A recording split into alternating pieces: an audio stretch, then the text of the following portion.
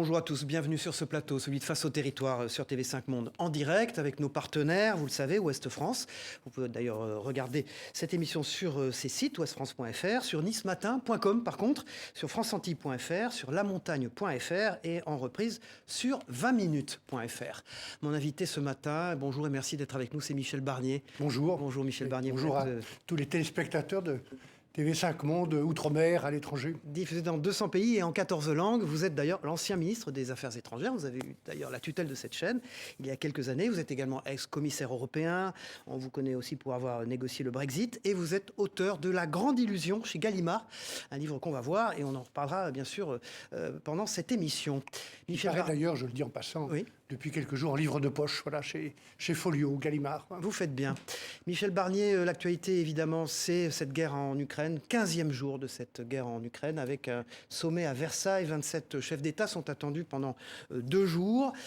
Quel résultat peut-on attendre concrètement de ce sommet à Versailles? Est-ce que c'est au fond s'unir contre la guerre? Est-ce que tous doivent s'unir contre la guerre? Ou est-ce que c'est déjà fait ça? Cette étape est passée et on va passer aux discussions très concrètes, par exemple sur l'indépendance énergétique. S'unir pour la paix, s'unir pour l'Europe. Et c'est la responsabilité des 27 chefs d'État, de leur président, Charles Michel, qui va présider cette réunion du Conseil européen. Ce sont les 27 chefs d'État que je connais bien, puisque c'est avec eux et en leur nom que j'ai négocié le Brexit pendant 4 ans et demi. Il peut sortir quelque chose de très concret de cette réunion? Évidemment qu'il va sortir des décisions confirmant les sanctions qui s'accroissent et qui s'aggravent contre le pouvoir russe et tous ceux qui le soutiennent dans cette guerre épouvantable. Une décision importante qui va être prise, c'est quel degré de dépendance on veut préserver vis-à-vis de la Russie à propos du gaz et du pétrole.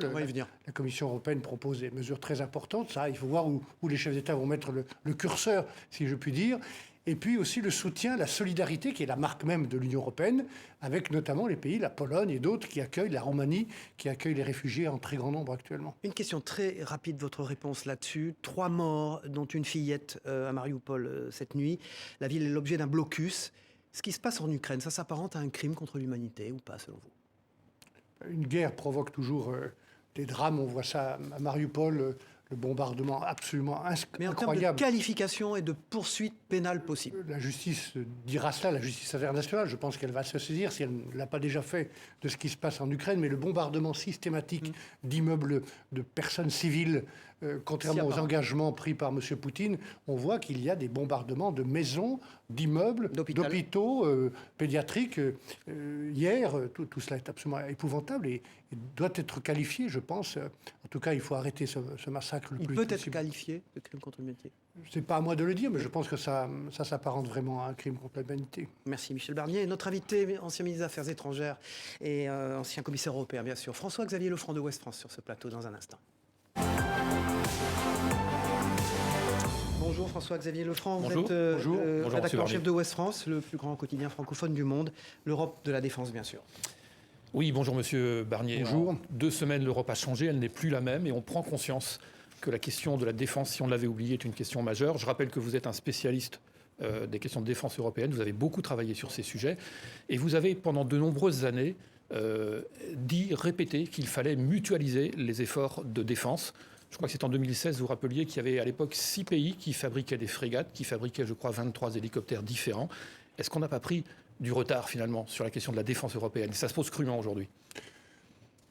On voit bien que c'est l'enjeu de cette guerre et d'une des leçons de cette guerre que de renforcer notre propre sécurité. Parce que ce que nous ne ferons pas pour nous, sur notre continent, il y a peu de gens qui viendront le faire de l'extérieur à notre place. Alors nous sommes dans une alliance. Quand on parle de défense en Europe, il faut toujours rappeler que la plupart des pays, pas tous, il y a plusieurs pays européens qui sont des pays neutres, l'Irlande, l'Autriche, la Finlande ou la Suède, même s'ils sont engagés dans des opérations militaires, mais ils ne sont pas dans l'OTAN. Donc il faut préserver cette alliance, cette bonne intelligence, même si nous avons eu des déceptions dans le passé. Je pense à l'affaire des sous-marins australiens. Et oui, il faut tirer les leçons. Et la leçon, c'est qu'il faut mutualiser davantage.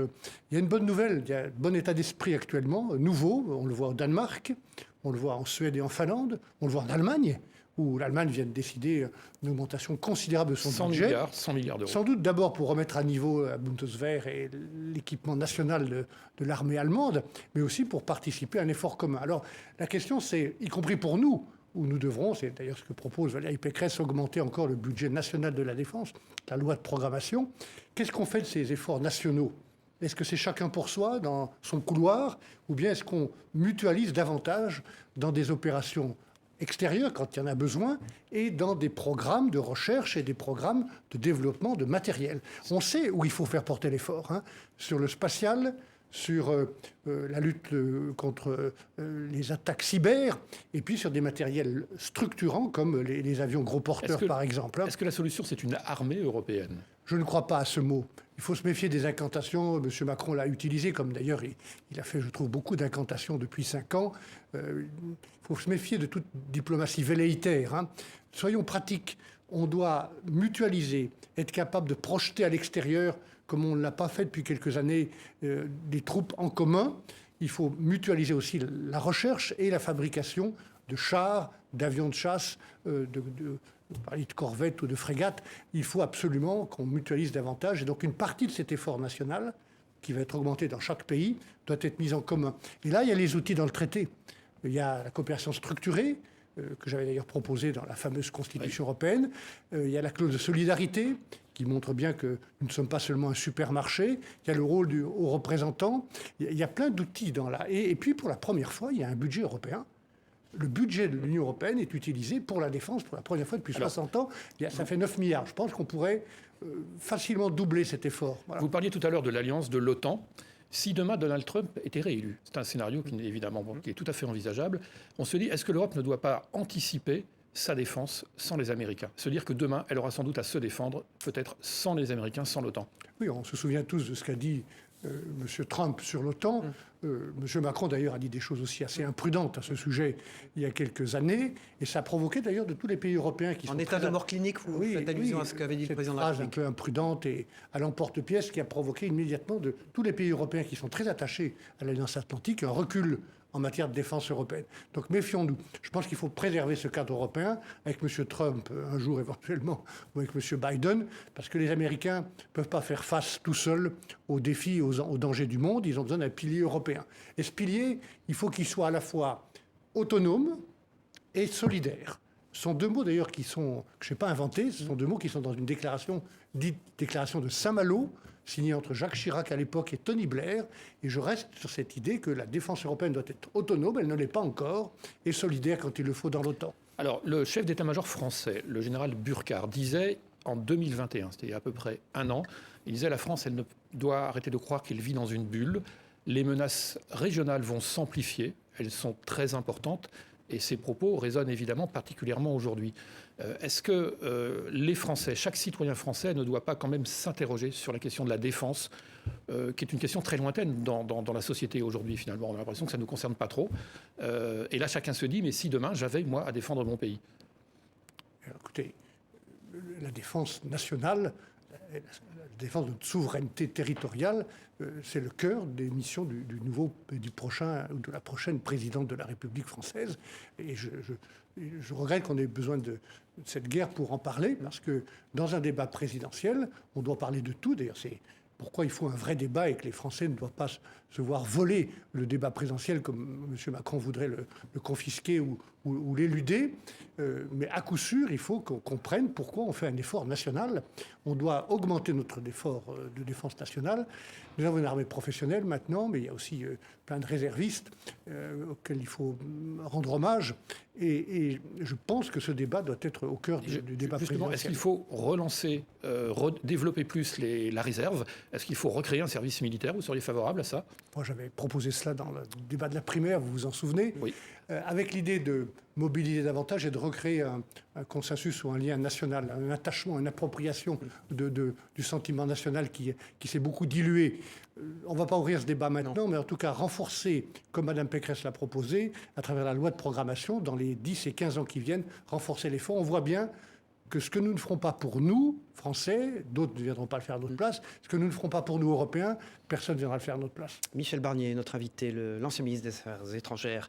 Chaunu, qui est dessinateur et collaborateur de Ouest France, a une question à vous poser sous forme de dessin. C'est la tradition de cette émission. On le regarde ensemble, Michel Barnier. L'Europe est une belle idée, mais au fil des années, elle est devenue la belle au bois dormant. Et il y a quelques jours, eh bien, ce n'est pas le baiser langoureux d'un prince charmant qui l'a réveillé, mais plutôt les grognements d'un ours mal léché. Alors, la question que je pose à un grand spécialiste des institutions européennes est la suivante. Pourquoi l'Allemagne, qui est en train de reconstituer son armée, préfère-t-elle les F-16 américains aux Rafales français? Bon, à moins que les 50 États qui constituent la nation américaine, eh bien, fassent maintenant partie intégrante de l'Union européenne. Ce n'est pas le premier pays européen qui achète du matériel américain. Les Américains sont très actifs. Ce que je disais tout à l'heure en réponse à votre question, c'est que cet effort de coopération et de mutualisation doit évidemment porter à qualité égale de matériel sur l'achat de matériel européen à la défense de l'industrie européenne. C'est le cas ? Ce n'est pas toujours le cas, on le voit bien. Donc il faut aller dans ce sens-là. Mais globalement, si on utilise les budgets nationaux et le budget européen pour favoriser des programmes de recherche et des programmes de matériel européen, ce sont ces matériels qui doivent faire l'objet d'une préférence européenne. Ce qui veut dire que les pays européens doivent s'engager progressivement à n'acheter ou à n'acheter que d'abord européen. Maintenant, je veux dire juste un mot du contexte dans lequel nous travaillons avec des crises successives. Ce n'est pas la première crise que nous subissons au niveau européen. Je veux rappeler la crise financière de 2007-2008 qui a provoqué des millions de destructions d'emplois. Le Brexit que j'ai géré, qui est un échec de l'Union européenne. Le Covid qui a arrêté, qui a provoqué beaucoup de solitude, beaucoup de morts, beaucoup de maladies, beaucoup de chômage. Et puis cette guerre. Et qu'est-ce qu'on constate chaque fois à chacune de ces crises? C'est que les Européens ont réagi ensemble et ont pris les bonnes décisions. C'est un message d'espoir. Oui, non, c'est une constatation. Et je l'ai vu de très près dans deux de ces crises, la crise financière, puisque j'ai eu à reconstruire la régulation financière comme commissaire européen, et la crise du Brexit, puisque j'étais négociateur. Et là, j'ai vu l'unité, le dos au mur, et puis on rebondit et on prend de bonnes décisions. Vos équipes, François-Xavier Lefranc, à la frontière. Oui, à la frontière entre l'Ukraine et la Pologne. Et la une, ce matin, elle est consacrée donc à ce défi pour l'Europe, le défi sur les questions de défense, le défi aussi sur la question de l'indépendance énergétique. François-Xavier Lefranc, rédacteur en chef de Ouest France. Dans un instant, Denis Caro, directeur des rédactions de Nice Matin, nous rejoint sur ce plateau. Merci. Bonjour Denis Caro, merci d'être avec nous. Avant que vous preniez la parole, nous allons partir pour les Antilles à Fort-de-France. C'est aussi une des traditions de cette émission. Le directeur éditorial de France Antilles a une question à vous poser, Michel Barnier, sur le nouvel ordre géopolitique. Bonjour Michel Barnier. Vu depuis les Outre-mer, en tout cas ici aux Antilles ou en Guyane, le conflit ukrainien peut paraître lointain, en tout cas éloigné des préoccupations de la population. Pourtant, c'est bien un nouvel ordre géopolitique qui se dessine et qui se dessinera à l'issue de ce conflit. Quelle pourra être la place occupée par les Outre-mer sur cette nouvelle carte du monde post-conflit ? Moi, je suis très attaché à nos départements et territoires d'outre-mer qui nous permettent d'être présents grâce à nos compatriotes dans tous les océans du monde. Et c'est une position géopolitique, comme vous le dites vous-même, sur laquelle il faut s'appuyer. Quand on parle de la grandeur de notre pays, c'est pas seulement un mot. Gérard de Gaulle disait un grand pays, c'est un pays qui le veut. Nous le voulons. Et donc nous avons des atouts. Notre siège au Conseil de sécurité qu'on ne va pas partager, mais qu'on va utiliser au service de la paix. Les 3,5 millions de Français qui vivent à l'étranger, qui travaillent, qui portent une partie de l'influence et de l'image de notre pays, et qui sont parfois dans des pays dangereux. Et puis nos Outre-mer, la France de l'Outre-mer qui fait partie de notre destin national. Donc je pense en effet que quand on parle des Antilles, et vous parliez de Martinique et Guadeloupe, il y a aussi la Guyane avec les conséquences de cette guerre américain. Et le retrait de la Russie avec Soyouz. Et puis quand on parle de la zone Indo-Pacifique avec la Réunion ou nos territoires du Pacifique, on voit bien qu'on a une carte à jouer. Moi, je voudrais simplement qu'on utilise cette carte pas seulement pour nous, Français, pour nous d'abord Français, avec nos compatriotes d'outre-mer, mais aussi avec l'Union européenne. Denis Caron. Bonjour Michel Barnier. Bonjour. Le ministre de l'économie Bruno Le Maire a estimé hier que la crise dans laquelle nous sommes entrés aura des effets comparables au choc pétrolier de 1973. Alors Michel Barnier, que faut-il faire? Que peut-on faire pour limiter au maximum l'impact de l'explosion des prix dans la vie quotidienne des Français? Il y a des mesures immédiates qu'on doit prendre, de mon point de vue, celles qui ont été prises pour bloquer les prix ou l'augmentation des prix du gaz ou de l'électricité. S'agissant de l'essence, puisque c'est une partie du sujet aujourd'hui, dans l'urgence, je pense qu'il faudrait plafonner le revenu des taxes que touche l'État. Il n'y a aucune raison que l'État s'enrichisse quand les Français s'appauvrissent. C'est ça, le gouvernement s'y refuse, il a tort. Je viens de vous dire, il ne s'agit pas de supprimer les taxes. Il s'agit de constater que, en raison de l'augmentation du prix du baril, et donc chez nous, pour chaque Français, du prix du litre de fioul ou d'essence, les taxes augmentent et que l'État s'enrichit mécaniquement quand les Français s'appauvrissent. Donc je propose, je pense, à titre personnel, je dis bien à titre personnel, qu'il faudrait limiter le revenu au plafond atteint peut-être il y a 8 ou 10 jours pour que ce double phénomène d'enrichissement de l'État et d'appauvrissement des Français ne continue pas. Après, il y a des mesures dont il va être question, M. Viguier, vous en parliez au Conseil des chefs d'État tout à l'heure à Versailles, c'est comment on est moins dépendant. Et il n'y a pas 36 solutions. Il faut diversifier nos approvisionnements, ne pas dépendre, comme on l'est aujourd'hui, surtout l'Allemagne, autant du gaz et du pétrole russe. Comment on peut faire concrètement et dans quel calendrier? Parce qu'on voit que là, il y a La urgence. Commission européenne va proposer des mesures aujourd'hui extrêmement ambitieuses, de réduire de 2/3 notre dépendance en quelques mois. Est-ce que c'est réaliste? Oui, je pense que là où il y a un chemin, là où il y a une volonté, il y a un chemin. Parce que réduire de 2/3 d'ici la fin de l'année, ça semble difficile. Peut-être ça prendra quelques mois de plus, mais il faut faire cet effort. Et même sans l'urgence de cette guerre épouvantable, on doit diminuer notre dépendance. On le fait comment? En diversifiant nos approvisionnements vers la Norvège ou vers l'Algérie ou d'autres pays du Golfe, en consommant moins, c'est-à-dire les économies d'énergie, l'isolation des bâtiments privés et publics. Il y a énormément de réserves d'efficacité énergétique. Et puis en continuant à produire de l'énergie nucléaire, si vous me permettez de le dire, puisqu'on est en campagne présidentielle. J'aimerais bien qu'un jour on ait sur TV5 Monde, mais aussi dans le pays, un vrai débat que le pouvoir veut esquiver. Voilà 7 ou 8 ans qu'on ne prend pas les bonnes décisions dans notre pays, que le pouvoir actuel, M. Macron en particulier, a tergiversé, n'a pas pris les bonnes décisions. Alors maintenant, il regarde la réalité, il dit qu'il faut relancer le nucléaire. Mais pourquoi ne l'a-t-il pas fait depuis 5 ans? On a perdu beaucoup de temps et là, nous sommes au cœur de votre question, qui est celui de la dépendance énergétique de notre pays.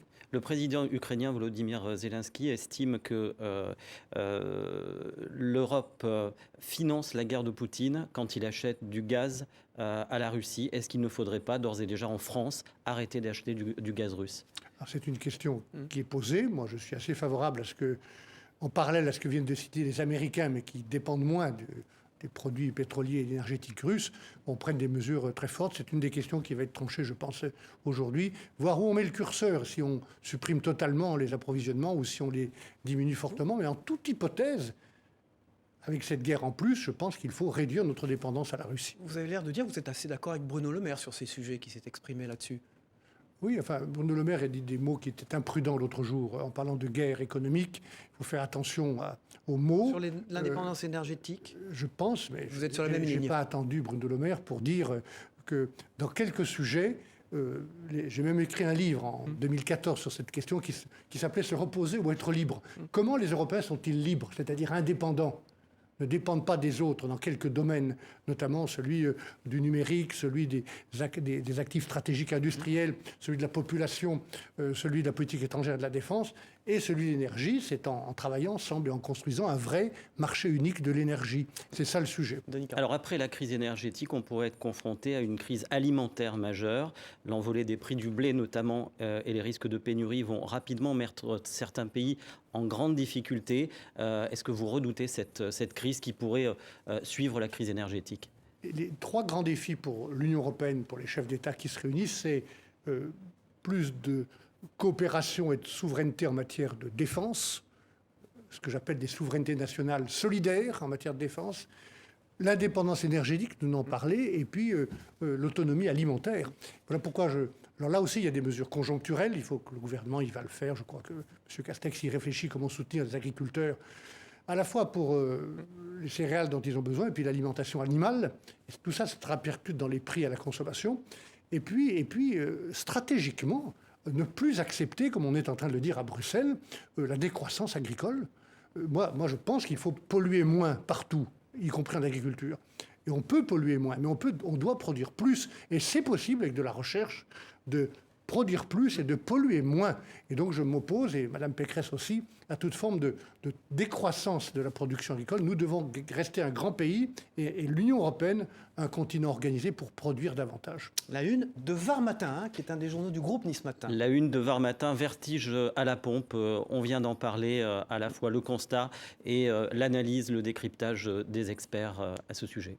Denis Caro, directeur des rédactions du groupe Nice Matin. Merci à vous. On garde Michel Barnier, ancien ministre des Affaires étrangères, ancien commissaire européen, avec nous. Armelle Le Goff, directrice de la rédaction de 20 minutes, est sur ce plateau dans un instant.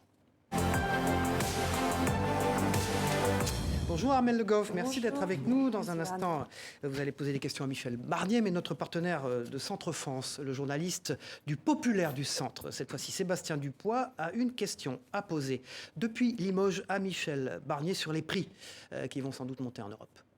Michel Barnier, bonjour. Vous avez été commissaire européen au marché intérieur. Aujourd'hui, la guerre en Ukraine laisse planer des menaces sur l'approvisionnement en gaz, en céréales. Les prix explosent de manière assez importante. On remarque que les 1000 mètres cubes de gaz dépassent les 3500 $, que la tonne de blé a augmenté de plus de 50% à plus de 400 € la tonne. L'Europe et la France peuvent-elles faire face? Vont-elles avoir des difficultés d'approvisionnement? Et quelles sont les solutions à mettre en place pour que ces répercussions ne se fassent pas sentir auprès de la population? Si on dit la vérité à ceux qui nous écoutent, il y aura des répercussions. S'il y a raréfaction des ressources, il y a augmentation des prix. Donc il y a les mesures d'urgence, nous en avons parlé. J'ajoute parmi les mesures d'urgence, et ça c'est un sujet pour les Européens, d'augmenter massivement les capacités de stockage. Pour avoir des mois devant soi, on a quelques mois devant nous de stockage, mais je pense que l'une des leçons, c'est à la fois pour la production agricole, les céréales, et pour l'énergie, d'augmenter massivement dans chacun des 27 pays de l'Union européenne nos capacités de stockage. Et puis, nous l'avons dit longuement, réduire notre dépendance, consommer moins, c'est l'effort de chacun, non pas se chauffer moins bien, mais ne pas dépenser de l'énergie parce que les maisons ne sont pas bien isolées. Je dis cela parce que ça touche beaucoup les Français, les territoires et les Français les plus modestes. Je pense même qu'il faudrait quasiment payer l'isolation thermique et le bruit aussi en passant des logements des familles les plus modestes. Consommer moins, tout ce qu'on peut comme économie. Produire plus, notamment l'énergie nucléaire sur laquelle le pouvoir actuel a été fautif. Et puis dépendre moins, diversifier nos approvisionnements. Avec la crise migratoire, Armelle Le Goff. Oui, parce que cette guerre, c'est aussi une crise migratoire, avec aujourd'hui 2 millions d'Ukrainiens qui ont quitté leur pays. Pourtant, récemment, dans le cadre des débats pour la candidature à l'élection présidentielle au sein du parti LR, vous avez dit souhaiter un moratoire de 3 à 5 ans sur l'immigration dans l'Union européenne. Alors j'imagine que cette position n'aurait plus cours actuellement face à cette crise. Évidemment.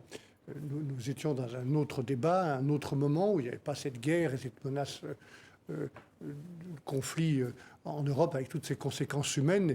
Et dans l'urgence, nous devons être à la hauteur de nos droits, de nos valeurs, de ce qu'est la République française, et donc accueillir les réfugiés qui d'ailleurs, pour la plupart d'entre eux, n'ont qu'une seule envie, c'est de revenir vivre normalement dans leur propre pays quand la paix sera revenue.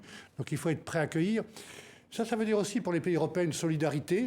J'ai fait une proposition en 2006. Alors par exemple, aujourd'hui, on laisse quand même la Pologne, par exemple, en première ligne. Oui, la Pologne, vous disiez toujours dans le cadre de ces débats que si on n'arrêtait pas, si on mettait pas un moratoire sur l'immigration, il y avait un risque de Brexit à nouveau au sein de l'Union européenne, et tout le monde évidemment pensait à la Pologne.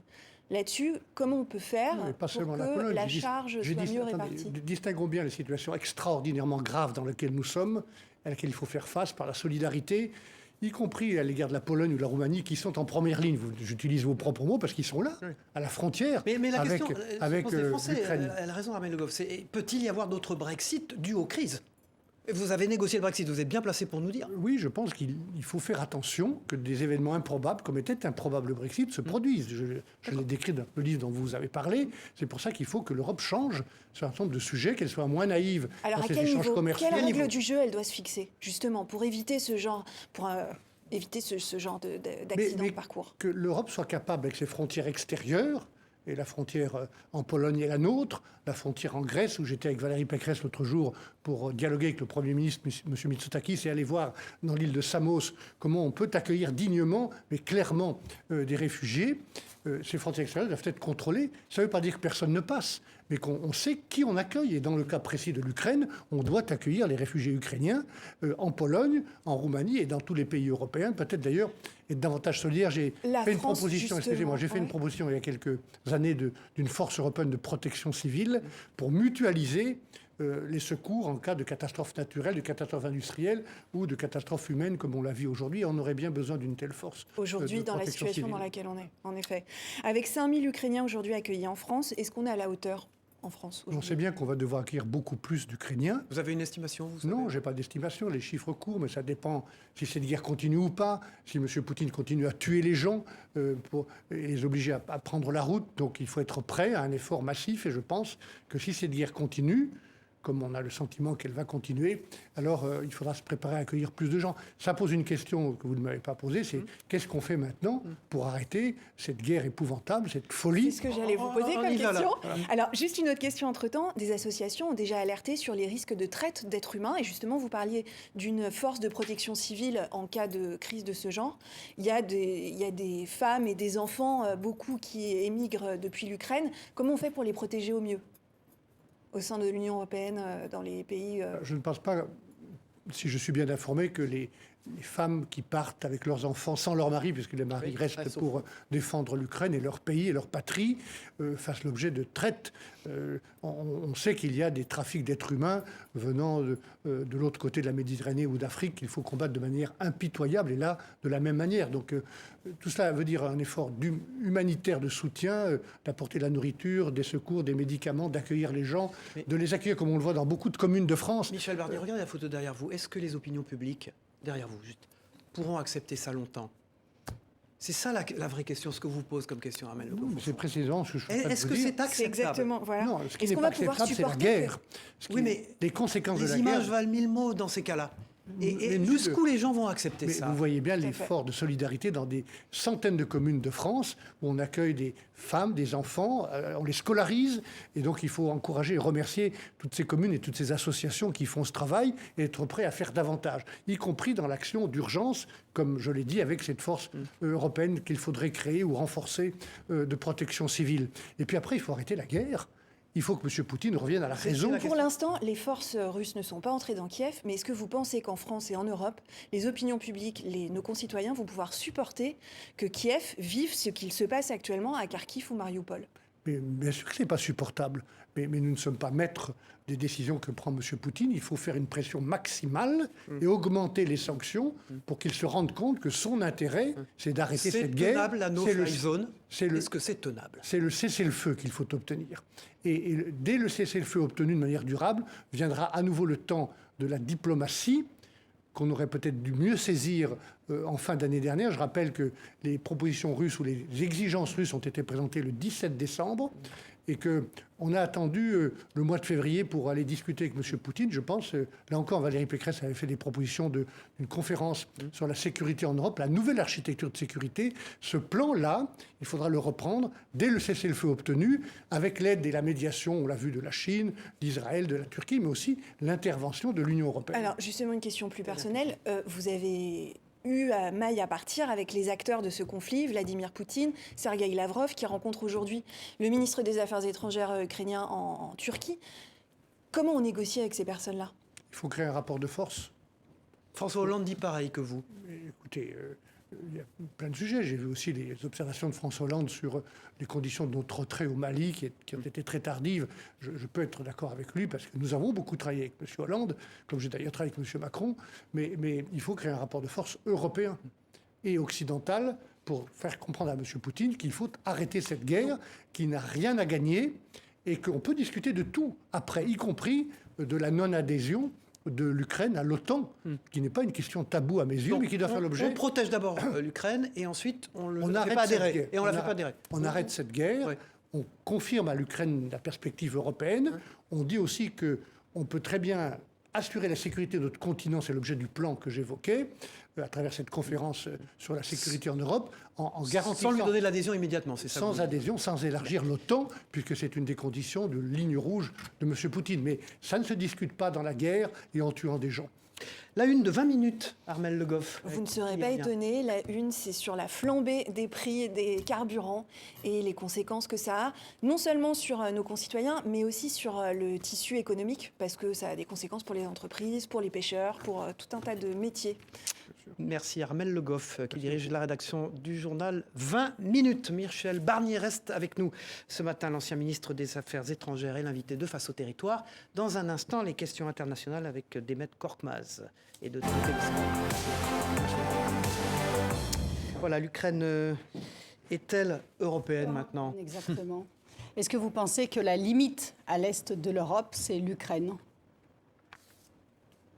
L'Ukraine est clairement sur le continent européen. Alors, si vous parlez de l'Europe, c'est différent de parler de l'Union européenne. Alors, est-ce que les Européens ont raison aujourd'hui d'entamer des négociations d'adhésion? En 2004, pour la Turquie, vous aviez dit « négociation d'adhésion ne vaut pas adhésion, il faut faire attention ». Est-ce qu'aujourd'hui, les Européens ont raison? Prenons l'exemple de la Turquie, sur lequel on avait en effet, à un autre moment et dans un autre contexte, avec un gouvernement très différent, qui a beaucoup changé en moins bien, si je puis dire, en Turquie, du point de vue des droits, de la justice, de la liberté de la presse. On avait ouvert des négociations et j'avais dit, ça ne veut pas adhésion, ça peut durer très longtemps. Et là, je pense même qu'il faut arrêter aujourd'hui et dire clairement aux Turcs que leur vocation n'est pas d'entrer dans l'Union européenne. On doit avoir une autre forme de partenariat, mais Mme Pécresse Mais l'a vous dit. étiez plutôt favorable, vous, à l'époque. Est-ce que vous... Oui, mais parce que les choses ont changé. Quand on adhère, c'est comme un mariage, il faut être deux. Il faut être prêt des deux côtés. Nous ne sommes pas prêts à élargir immédiatement l'Union européenne. On voit bien qu'il y a des tas de problèmes à régler entre nous d'abord. Et puis, il faut que le pays qui veut adhérer soit prêt. La Turquie n'est plus prête. Et je ne suis pas sûr qu'elle le souhaite encore. En tout cas, elle s'est mise en position de ne plus être capable d'adhérer aux valeurs, aux droits fondamentaux, au cahier des charges de l'Union européenne. Ça vous manque, Michel Barnier, le pouvoir? Attendez, je voudrais juste répondre un mot. On a l'impression que vous êtes très, tellement impliqué. Vous êtes presque en fonction, non? Je ne suis pas en fonction. J'étais dans une fonction très difficile et très exigeante qui était celle de négociateur de l'Union européenne. On a bien conclu cet accord à condition que M. Johnson le respecte. Est-ce que ça vous manque? C'est toujours le cas. Je suis dans l'action. C'est pour ça que j'étais candidat à la présidence de la République dans la primaire. Et aujourd'hui, compte tenu du résultat des militants, je suis avec Valérie Pécresse. Et je pense que nous devons tout faire pour qu'elle soit la première femme présidente de la République française. Parce qu'elle a la capacité, elle est à la hauteur, elle a l'expérience pour cela. Je suis convaincu de cela. Mais je pense que s'agissant de l'Ukraine, de la Moldavie, de la Géorgie, il ne faut pas faire de promesses qu'on ne tiendrait pas. Il ne faut pas créer des déceptions à l'avance. Je pense qu'il faut préserver ou confirmer la vocation européenne de ces pays. Je rappelle qu'on a négocié avec l'Ukraine un accord d'association extrêmement ambitieux, qui n'a que quelques années. Confortons-le, consolidons-le, faisons-le vivre et évaluons la situation. Mais en tout cas, oui, je pense qu'il faut confirmer à l'Ukraine sa vocation européenne. Sa vocation européenne, mais pas de promesses. Pas de promesses qu'on ne serait pas capable de tenir. Il faut respecter les gens et les respecter, ça veut dire ne pas leur promettre n'importe quoi. En revanche, les aider maintenant dans l'urgence à retrouver la stabilité et la paix, à reconstruire leur État et une grande partie du pays qui a été détruit par les Russes, à travailler avec nous à la stabilité du continent européen et avec les Russes, obtenir des garanties définitives et durables, et puis leur confirmer la perspective de participer au projet européen. Alors on voit que le conflit en Ukraine rebat un peu les cartes de la géopolitique. Washington opère un rapprochement avec Caracas, avec l'Iran aussi peut-être. On est en train de renégocier, ou en tout cas d'arriver peut-être à un accord sur le nucléaire qui permettrait de lever les sanctions et donc de nouveau exporter, l'Iran pourrait de nouveau exporter son pétrole. Comment vous voyez cette géopolitique qui est mouvante en ce moment? Il y a une chose dont je suis sûr, c'est que dans cette géopolitique qui bouge, il faut que les Européens parlent d'une seule voix vis-à-vis des Américains et vis-à-vis des Chinois ou de la Russie. Si vous regardez, madame, le G10, les 10 pays les plus importants du monde dans les 30 ans qui viennent, il y a encore aujourd'hui 4 pays européens dans le G10 Allemagne, Royaume-Uni, France, Italie, et tous les 10 ans, il y en a 4 qui est éjecté du tableau. Et en Justement, 2050, c'est la question, c'est on va s'y maintenir ou pas? Est-ce qu'on va s'y maintenir? Et 2050, il n'y a plus que l'Allemagne. Si nous sommes seuls dans nos frontières nationales, si nous sommes ensemble, nous restons à la table de ceux qui vont organiser l'ordre ou désordre du monde. Ma première réponse est celle-là. Il faut être européen en plus d'être patriote. Européen et patriote. Patriote et européen. Ça, c'est ma devise et celle de Valérie Pécresse. Après, l'Iran. Moi, j'étais ministre des Affaires étrangères, j'ai participé aux négociations avec l'Iran, avec les États-Unis, avec l'Angleterre, pour obtenir cet accord que M. Trump a ensuite renoncé à appliquer et qu'on est en train de remettre sur la table. Et c'est une bonne nouvelle si l'Iran accepte de ne pas aller vers l'armement nucléaire dans ce nouvel accord qui est en discussion actuellement, que les Russes essayent de prendre en otage, d'ailleurs, en ce moment même. J'espère qu'on aboutira à un accord dans les prochains jours à Genève. Il y a aussi, je voudrais revenir sur la question des sanctions.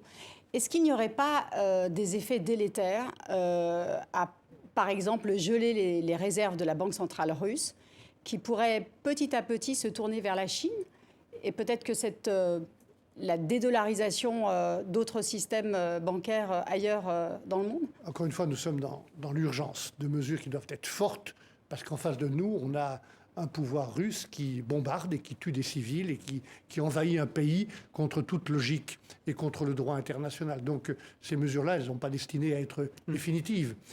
Vous n'empêcherez pas les Russes de se tourner vers la Chinoise s'ils pensent que c'est leur intérêt, guerre ou pas guerre. En revanche, les mesures qui sont prises doivent être suffisamment claires, fortes et puissantes pour faire reculer le pouvoir et lui faire arrêter cette guerre. Michel Barnier, vous savez que nous sommes diffusés dans le monde entier, dans 200 pays, en 14 langues. Vous avez essayé de tenter de convaincre les Français vivant en Espagne il y a quelques jours. J'ai vu des images de vous de voter pour Valérie Pécresse. Vous allez aux États-Unis, je crois, à la fin du mois. Et ce soir en Belgique. Et ce soir en Belgique. Vous êtes très actif pour Valérie Pécresse, comme ça, pour convaincre les Français de l'étranger de voter pour elle. C'est important. Oui, parce que je pense qu'il faut changer en France. Il faut une nouvelle donne, il faut une respiration. D'abord, il faudrait qu'il y ait une vraie campagne. Je trouve très grave, je vous le dis comme je le pense, que le pouvoir trouve commode d'esquiver le débat présidentiel, que M. Macron cherche à ne pas faire face à son bilan, parce que ça fait 5 ans qu'il gouverne le pays.